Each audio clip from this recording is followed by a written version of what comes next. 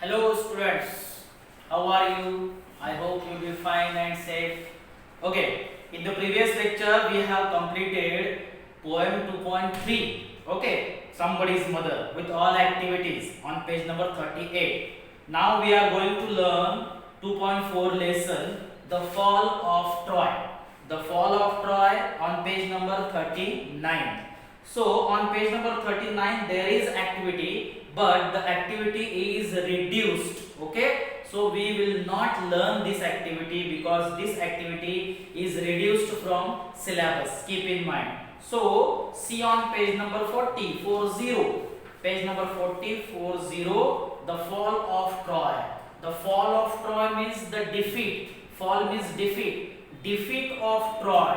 Troy is the name of city. Beautiful story it is, how the Troy city is defeated, how the Troy city is destroyed. Because of what the Troy city is destroyed, description is given in this story, the fall of Troy, part 1, page number 40. Okay, epics are long poems that relate the deeds of a great national hero or a great national war. You know that epics, okay? Ramayana, Mahabharata, these are epics. So epics are long poems, they are works, they are verses, they are long poems and they relate to the deeds. Deeds means actions. So these epics or long poems relate to the actions of great national heroes or great national war. Okay, so epics are about great national hero or great national war. They often tell of a nation's early history. Epics जब हम पढ़ते हैं जला महाकाव्य बोलता है. So इस epics में हम हमेशा उस नेशन की अर्ली हिस्ट्री क्या थी, पहले की हिस्ट्री, उसका इतिहास क्या था, इसके बारे में हमें पढ़ने को मिलता है. They may be composed and sung or recited for many years before they are actually written down. So they may be composed. Epics may be composed and sung. पहले epics को compose किया गया और गाया गया, या ऐसा भी हो सकता है कि पहले उसको गाया गया और बाद में compose किया गया. So may be composed and sung or may be sung or composed and recited. After composition or after singing, epics were recited for many years before they actually written down. Written down actually जब उनको किया गया, लिखा गया, उसके पहले बहुत साल उसको रिसाइट किया गया, उसको गाया गया, ओके, और उसके बाद उसको लिखा गया, ऐसा हो सकता है. First paragraph completed. The two famous Sanskrit epics are the Ramayana and the Mahabharata, and the two great epics of European literature written in ancient Greek are the Iliad and the Odyssey. जैसे रामायण महाभारता ये भारत के दो epics हैं संस्कृत में लिखे गए, वैसे European literature में इलियाड और ओडिसी ये दो ग्रेट एपिक्स है. Just as in Indian literature we go back to the stories from the Ramayana and the Mahabharata, so the literature of western countries, in the literature of western countries they go back to the Iliad and the Odyssey. जैसे भारत में हम इन दोनों का अभ्यास करते हैं या इन दोनों को हमने पढ़ा है, देखा है, वैसे वेस्टर्न कल्चर में या वेस्टर्न कंट्रीज के कल्चर में, लिटरेचर में इलियाड और ओडिसी को पढ़ा जाता है. Just as children all over India know the names of stories of Ram and Sita, Yudhishthira and Arjuna, Draupadi, okay, so children in western countries know the names of Hector and Odysseus and Achilles and Helen of Troy, the most beautiful woman in the world, Helen of Troy, the most beautiful woman in the world, because of whom because of Helen, because of this beautiful woman, the Greek and Trojans fought for 10 long years. The Greek people and Trojan people fought. There was war between Greek and Trojan for 10 long years because of Helen. जैसे महाभारत और रामायण, महाभारत द्रौपदी की वजह से, द्रौपदी के अपमान की वजह से महाभारत हुआ, वैसे ये जो फॉल ऑफ ट्रॉय मतलब वॉर ऑफ ट्रॉय है, ये वॉर ऑफ ट्रॉय हेलन की वजह से हुआ। और ये जो युद्ध था, ये जो वॉर था, ये वॉर 10 साल तक चला ग्रीक और ट्रोजन्स में। ऐसा उनका इतिहास है, जैसे हमारा इतिहास है वैसे उनका भी यह एक इतिहास है। Okay, second paragraph is completed. Now third paragraph, nobody knows for certain who the author of these early epics is। इसका एपिक्स का मतलब जो ओरिजिनल ऑथर है, राइटर कौन है, ओरिजिनल ऑथर कौन है, इसके बारे में किसी को भी पता नहीं है कि किसने लिखा, कितने वर्षों पहले लिखा। Nobody knows this. It is thought that they arose and developed with the nation itself. So these epics were developed, these epics were rose with the nation. जैसे नेशन डेवलप होता गया वैसे स्टोरीज को डेवलप किया गया, and were handed down from singer to singer. These epics were handed down from one singer to another singer, one singer to another singer, till perhaps one great poet gave them their final form. Okay, this activity happened till perhaps a great poet gave these epics their final form, their final structure. मतलब ये develop होता गया, develop होता गया, develop होता गया, और अंत में किसी ग्रेट पोएट ने इस एपिक्स को एक फाइनल टच दिया, एक फाइनल फॉर्म दिया, और उसके बाद ये एपिक्स दुनिया भर पढ़ने जाने लगे। Okay, third paragraph is completed. Now next paragraph, it is believed that the Iliad and the Odyssey were composed and recited by the blind poet named Homer, who lived about 900 BCE before Christ, and who wandered from one Greek city or village to another, singing his poems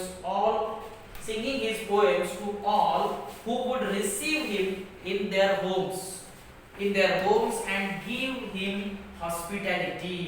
So it is believed, ऐसा माना जाता है कि Iliad and Odyssey, they were composed, these two great epics were composed and they were recited by a blind poet. There was a blind poet named Homer.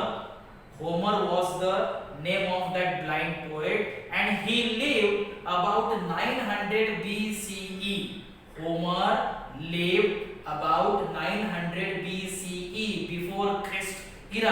before Christian era, and he wandered. Homer wandered from one city to another city, one village to another village, one home to another home. He wandered everywhere, and with wandering he sang his poems.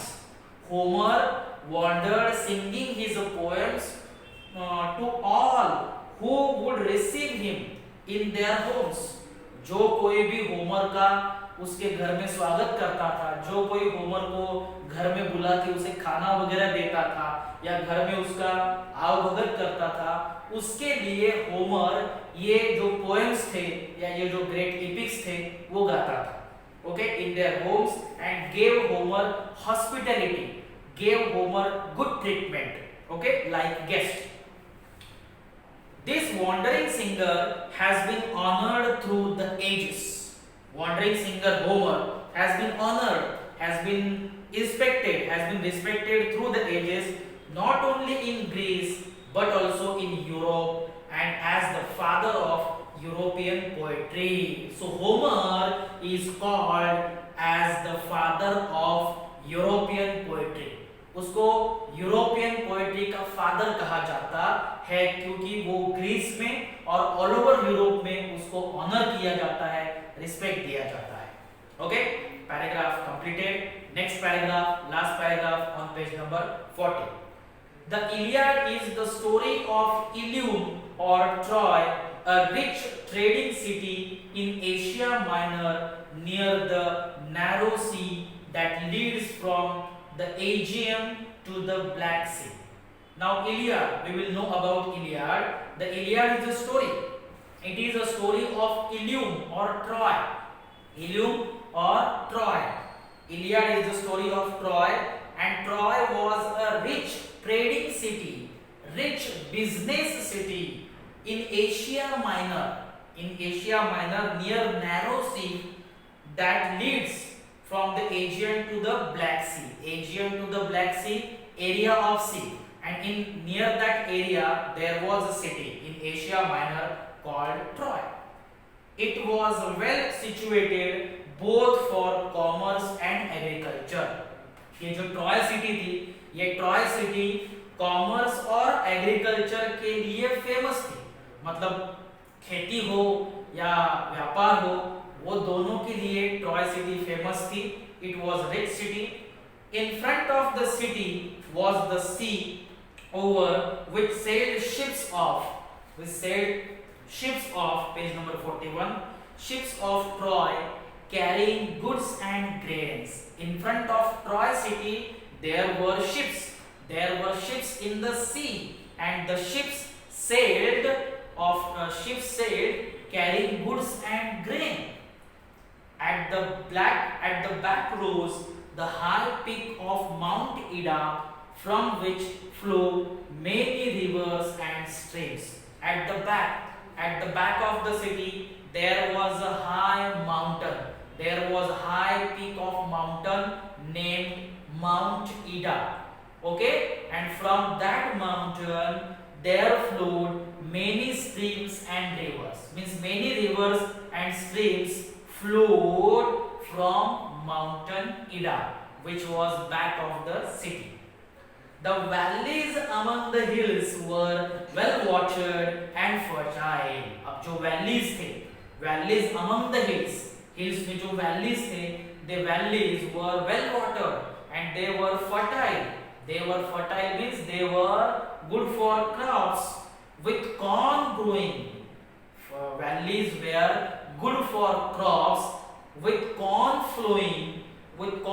growing in fertile fields and cattle feeding on the rich grass of the meadows, while sheep fed on the slopes of the hill. Okay, so in the valleys among the hills there was growing corn.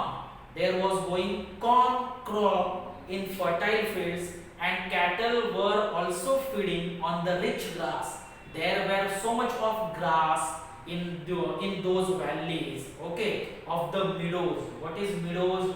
Meadows is a grassland, okay, land of grass, where sheep fed on the slopes of the hills.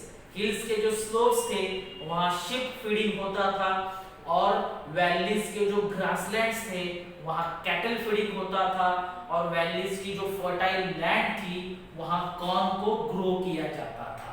So in this way that Troy city was very much rich with agriculture. Next paragraph. Round their city the Trojans had built a strong wall so that no enemy should attack them from the sea.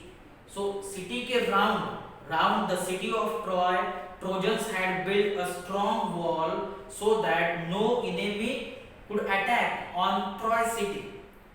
The wall was so broad that people could stand and sit and walk on it. The great gate stood open and people could go to the seashore outside and come in as they pleased. जब भी इस Troy city के बहुत बड़े gate को खोला जाता था, खोलने के बाद लोग बाहर जा सकते थे, सी बीच को जा सकते थे और फिर वापस आ सकते थे. So there were great gates of that great wall, big wall, and whenever the wall open, people could go outside and come inside as they pleased. But in time of war, the gates would be closed.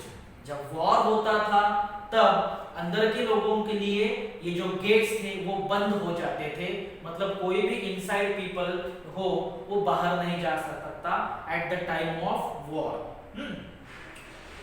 And then the city was like a strong fortress. The city was like a strong fortress at the time of war because the gates would be closed. So city was like a strong fortress, strong fort, quite safe from all attack, protected by the walls surrounding it as well as by the hills behind. Okay, because of walls, because of hills, because of strong gates, the city was safe. The people were safe because the city was like a strong fortress, strong fort, and it was quite safe from all attack because of gates, walls and hills. Okay, paragraph completed. Next paragraph. Thus Troy was a strong city, strongly protected by its walls and strongly defended by its brave soldiers. Troy was a strong city, और इस तरह से ये जो Troy city थी, ये Troy city बहुत ही strong थी. गेट्स की वजह से, स्ट्रांग वॉल्स की वजह से, या उसके सराउंडिंग में जो हिल्स थे उस हिल्स की वजह से ट्रॉय एक बहुत ही स्ट्रांग सिटी बन चुकी थी, because strongly protected by its walls, strongly defended by its brave soldiers. Not only because of walls but also because of great soldiers, brave soldiers. Troy में जो सोल्जर्स थे वो भी बहुत ब्रेव थे, इसलिए ट्रॉय एक मजबूत सिटी बन चुकी थी. But all the kings and heroes of Greece had declared war against the Trojans because Paris, a prince of Troy, had persuaded Helen, wife of Greek king Menelaus, to elope with him. लेकिन ऐसा हुआ कि ये जो मजबूत और safe Troy city थी, उस ट्रॉय सिटी के अगेंस्ट वॉर को छेड़ दिया गया. Okay, all the kings and heroes of Greece. किसने छेड़ा? All the kings and heroes of Greece. Greece के सभी राजाओं ने वॉर को डिक्लेयर कर दिया, वॉर को छेड़ दिया against trojans, against Troy city. क्यों वॉर डिक्लेयर किया? Because Paris, because of Paris. अब पेरिस कौन था? Paris a prince of Troy. Paris was Prince of Troy. He had persuaded Helen. He had persuaded Helen. Persuaded means what? He convinced Helen. And who was Helen? Helen was a wife of Greek. Helen was wife of Greek and he persuaded Helen. Okay, so in this way we have completed this paragraph on page number 41. Thank you.